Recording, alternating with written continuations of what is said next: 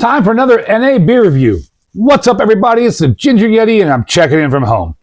So, like I said, I have another NA beer to review. Not only a Amonklok tour, I just came home from. A lot of sober sailors out there, so we get NA beers every night. And it's kind of cool because you get a lot of different NA beers depending on where you are in the country. I was able to snag a few of them. I think this might be the last NA that I was able to snag. But it's really cool because now I get to try some of these NAs and see if any of them are good or not. So the beer I have here is the Imperial Dawn IPA from Gruvi. I believe they're out of Denver, if I'm not mistaken. I don't know why I didn't write that down. Hopefully it says somewhere on the can, I'd imagine. But this is the can here. And it's less than 0.5% ABV. I snagged it out of the tour bus. On the can, it says contains less than 0.5% ABV. Keep your crown straight. Our non-alcoholic Imperial Dawn IPA is the very first of its kind. Crafted to be royally delicious, we double hop the brew to fill every sip with citrus and pine notes, while balancing it with a rich, malty body. We're entering a new dawn without the big ABV, so you can rule your empire no matter how many you've had. This isn't your basic QR code. Collaborate on the best NA bevs. Wow, I should have checked this out before I did the video.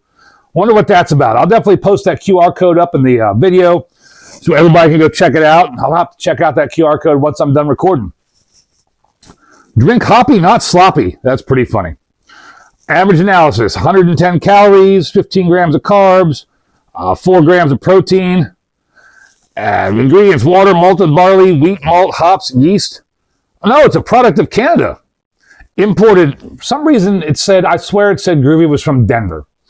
But it says, well, at least on Untapped, but this says, product of Canada, imported by Gruvi, Denver, Colorado. Born in Toronto and Denver. So I don't know if they have like breweries in 2 locations or what it is. Like this is an international collaboration. But I'm surprised that it's a Canadian beer. There is a can on date here, but I don't know if I'm going to be able to read it because it's on the edge of the can. Trying to read it here. I didn't think I could read it earlier. This might have been canned at the end of, best before 2026.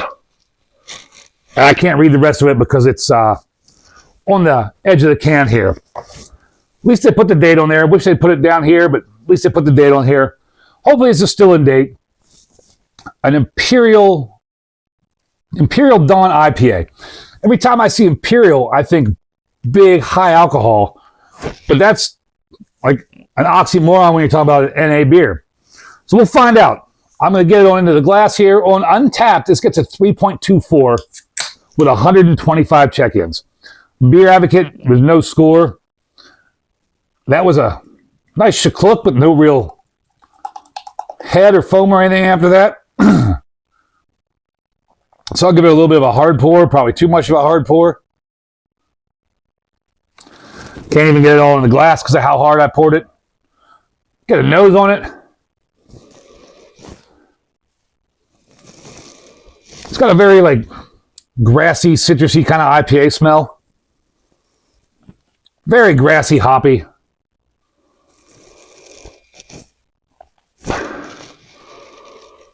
Yeah, it's a very like green, grassy, citrusy kind of hoppy smell. I mean, just smelling it, I would think of like a nice pale ale. As far as color, that's surprisingly hazy. Can't see through it. It's that orangey, yellow kind of color. Maybe I'll bust out my SRM chart for this one. I haven't used this in a long time. That's probably about a 7 on my SRM chart. It's got about, I don't know, finger and a half worth of eggshell white head that's just very moose-like. Sticking around the glass, not going anywhere, leaving some nice lacing around the glass. Let's find out if this is a good NA beer. Cheers, everybody.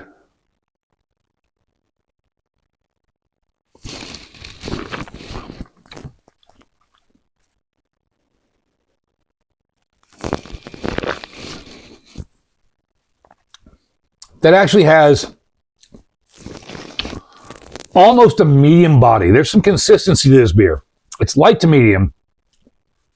It doesn't have that non-alcoholic twang like a lot of NA beers do have.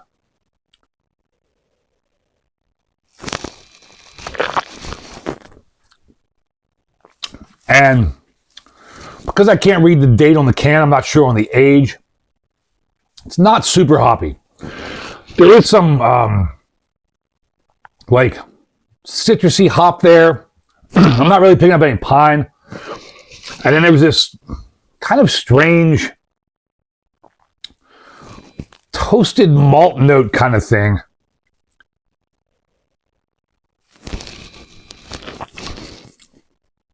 It almost tastes like burnt sugar. I mean, that's what comes to mind.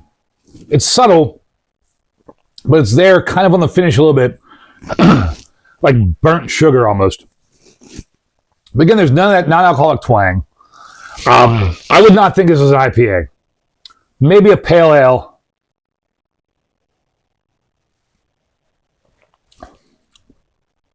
It's actually really good. I'm shocked to say that. I would like to have tried this fresh. But even the way this is right now, scoring it as an NA beer, a non-alcoholic beer, this is pretty well done. This is definitely getting 1.5 horns up for me. This is surprisingly well done. I don't know that I'm drinking an NA beer right now.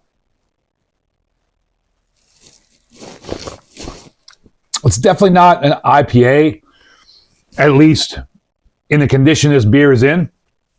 And again, because I can't read the date code, I'm not 100% sure this beer is still in date. But this is tasty. I could drink these regularly. I'd put it up there, right up there with that Athletic Light Lime and Salt. Like that beer is a great summer NA beer. This would be a great spring, fall NA beer. This is really tasty. I'm shocked by this. Well, thank you all for watching. I really appreciate it. Let me know down below in the comments what your favorite NA beer is, if you drink NA beers. And maybe somewhere along the road I can find them. Thank you all for watching. Like I said, and as always, embrace the adventure.